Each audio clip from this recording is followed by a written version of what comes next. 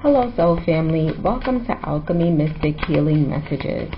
In this reading, we will be looking into how you can integrate self-care into your romantic dynamics. The objective of this reading is to assist you with improving your level of balance and capacity for personal expansion while being a part of an emotionally intimate relationship. This is a collective message, so it will not be for any specific zodiac sign. This is also a timeless reading, so whenever the message finds you is when you were meant to receive it. Please utilize your discernment and only take the messages that resonate with you. If you are in need of any additional assistance or support on your spiritual healing and or self-improvement journeys, I am also available for distant Reiki Therapy services. If you would like to learn more about Reiki Therapy, how it may benefit you, and details on the services I provide, all of that information can be found on my channel's community tab. If you stick around to the end of the message, I will let you know how you can save 30% on my Renew, Restore, Revitalize 40-minute distant Reiki Therapy session. Alright you guys, let's see what kind of healing messages the universe has for us today. Let me give this a couple more shuffles, see if anything wants to come out, and if not, I will go ahead and pull these cards. Alright, one wants to come out. Very nice. We have the Four of Wands. I feel like that's a very good sign for a reading about romantic dynamics. This may be about someone's twin flame. It may be about a marriage, an engagement. We have the Five of Pentacles that spun out in reverse. That is also a very good sign. This could be about someone securing a home. Alright, we got three that flipped out. We have the Nine of Swords. We have the High Priestess. And we have the Page of Swords. Let's see. The self-care message that we have is make a vision board. Second reading that I've done today, the number 33 may be important. Second reading that I've done today, where I'm getting manifestation vibes from the reading. We have the Four of Wands, which is Aries energy, Five of Pentacles, Taurus energy, Page of Swords is air, Gemini, Libra, and Aquarius. Nine of Swords is also Gemini, High Priestess is Pisces. So if I'm not mistaken, we have all of the elements here, fire and earth, water and air, and then air in the middle. So there's something that you guys are looking into at this time, potentially. Maybe looking into how you want to create your future, what you want it to look like. The High Priestess for me many times has to do with what is eluding me. What am I not seeing? What do I not know? The Nine of Swords is about anxiety, stressing, worrying. It usually has to do with not being certain about what the future may bring, what the future may hold. I feel like this message is saying, with this vision board being here, it's saying that there's a need to, it's not about what's coming, it's about what you're calling in, right? It's not about, life doesn't just happen haphazardly. We have the power to manifest what it is that we desire into our lives. We have the power with this Five of Pentacles in reverse to utilize the resources that we have to ensure that we, even if we end up in a predicament where we are in a situation where we have less than we think we need, that we can assess what it is that we have to ensure that we have our foundation stabilized. I hope that makes sense. Right? So I'm getting a need for resourcefulness. I'm also getting that there's a need to either avoid situations where you are codependent on someone, a need to release a lack mentality where there is a belief that it requires two in order for something to get done. They have a big city in the background. I usually see the city as New York City for whatever reason. I know that living in certain cities, especially a city like New York City, a lot of people get together because they have to, right? They are adulting, they have bills are expensive, and bills get technically cheaper when you split them with someone else. Everyone doesn't want to have a roommate. Everyone isn't with that vibe, right? And so a lot of people get into partnerships and they may not enjoy those partnerships long term or align with those partnerships long term, but they choose to stay in those partnerships longer term as a means of sustaining themselves, is what I'm getting right now, right? And they may, like I said, find themselves unhappy with this Nine of Swords.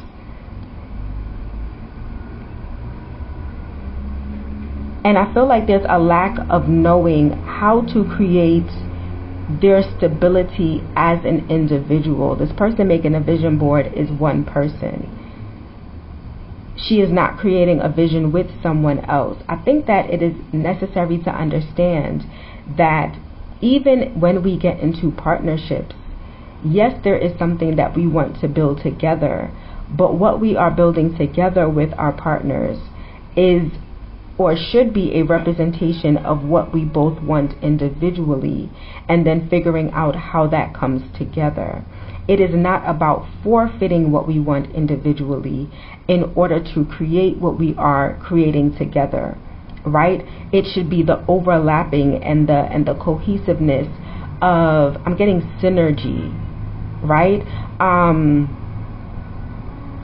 getting mergers and acquisition. All right. Very interesting. So when two companies come together, if there is a merger situation, right, companies can be acquired because they are not in a good financial position and they have the potential of going under if they are not acquired, right? There are also mergers that transpire because when the companies come together, there is a level of synergy. Us coming together makes us more powerful together and allows us to obtain our individual objectives better together than it does apart. And I feel like that is the focus that we need to have in our romantic dynamics. We should not be coming together or having one person, quote unquote, acquire another person because that person could be out in the cold otherwise, right? Having this codependency. It should be about, I am maybe not strong on my own, but I am stable on my own. I can sustain on my own. I am resourceful on my own. Even if it's not the greatest or the best, it is mine and I have it and it is whole. And the same thing for the other individual. And so when we bring ourselves together, granted that it works well together, right? All things, even if they're stable on their own, even if they're great on their own, just because they came together does not mean they are great. What I have, what my wheel is, what my engine is, what my process is, has to correspond and work well with yours as well. And so I think that should be the focus. And making a vision board, having that visual that you can refer back to, I think is important. I think with a lot of, I want to say more so women than men, I could be wrong, feel free to correct me. With a lot of women over men, we find ourselves in situations where we get into romantic dynamics and then we lose ourselves in those romantic dynamics. We push to the side what our personal objective was. We get 10, 15, 20 years into a situation and go, what the hell, right? What happened to the last 20 years of my life? Who am I is what I'm getting. What did I even want? I remember when I wanted to be so-and-so. I remember when I wanted to do so-and-so. What happened to those dreams? What happened to that vision? Where did it go? When did I lose sight of it is what I'm getting. And so once again, there's a need to not only create this vision, but to keep track of it. And to not only keep track of it, but to keep updating it as it evolves, but it has to be personal.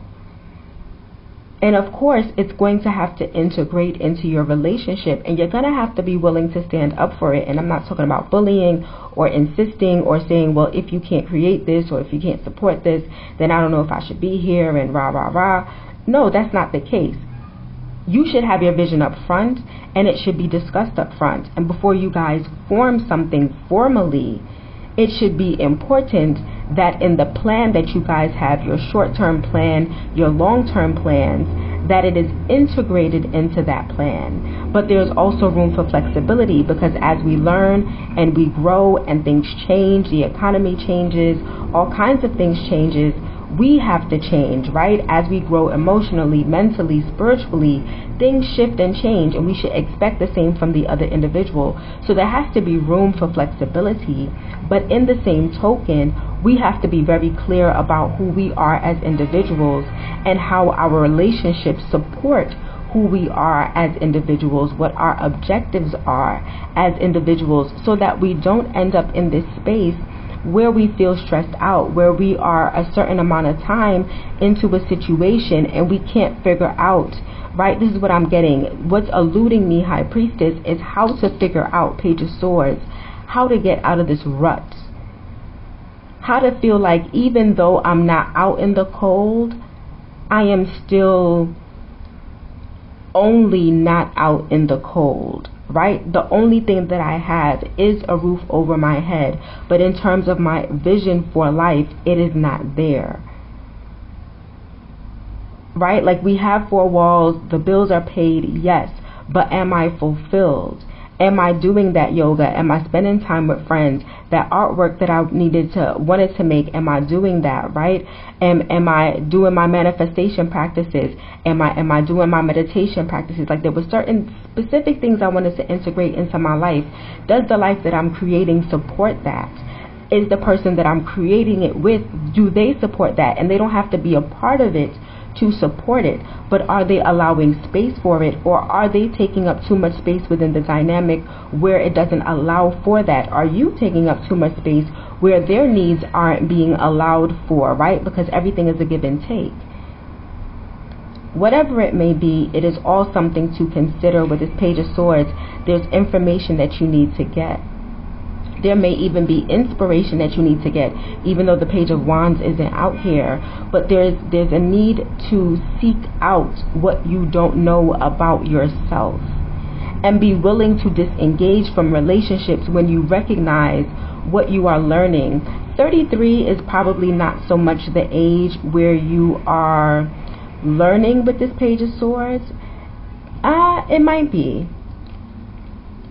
I feel like it's the page where you start to get clarity.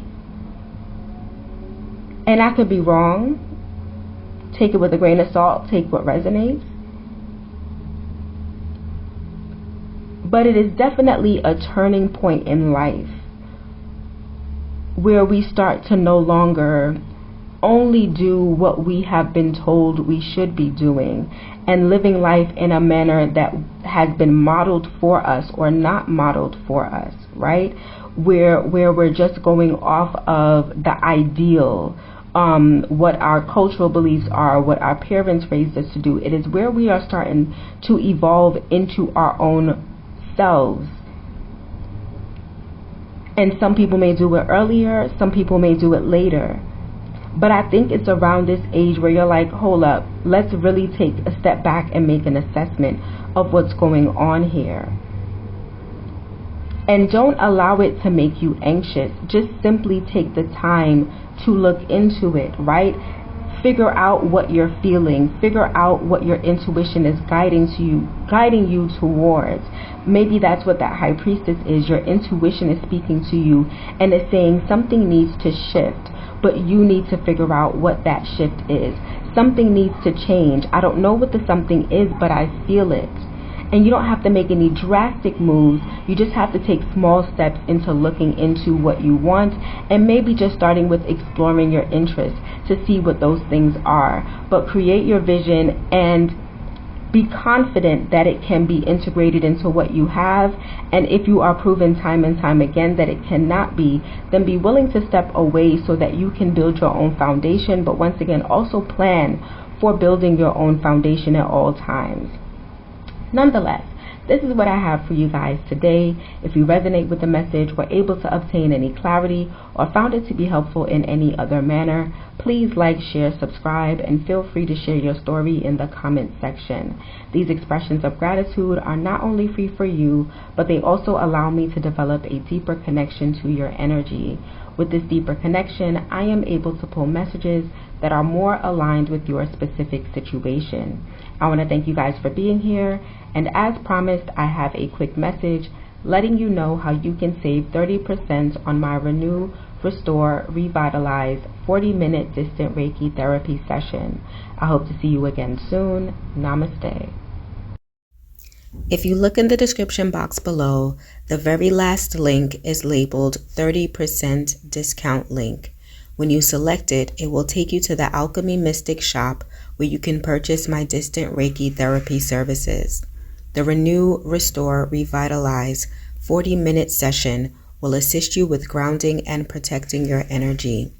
More specifically, it will help to clear energetic residue associated with past traumatic experiences, allowing you to feel less triggered and positioning you to move forward in a more calm, balanced, and empowered state. This service is performed remotely at the date and time that you schedule your appointment. The service can be performed while you are conducting your everyday activities, with the exception of operating a vehicle or any heavy machinery. I look forward to serving you soon.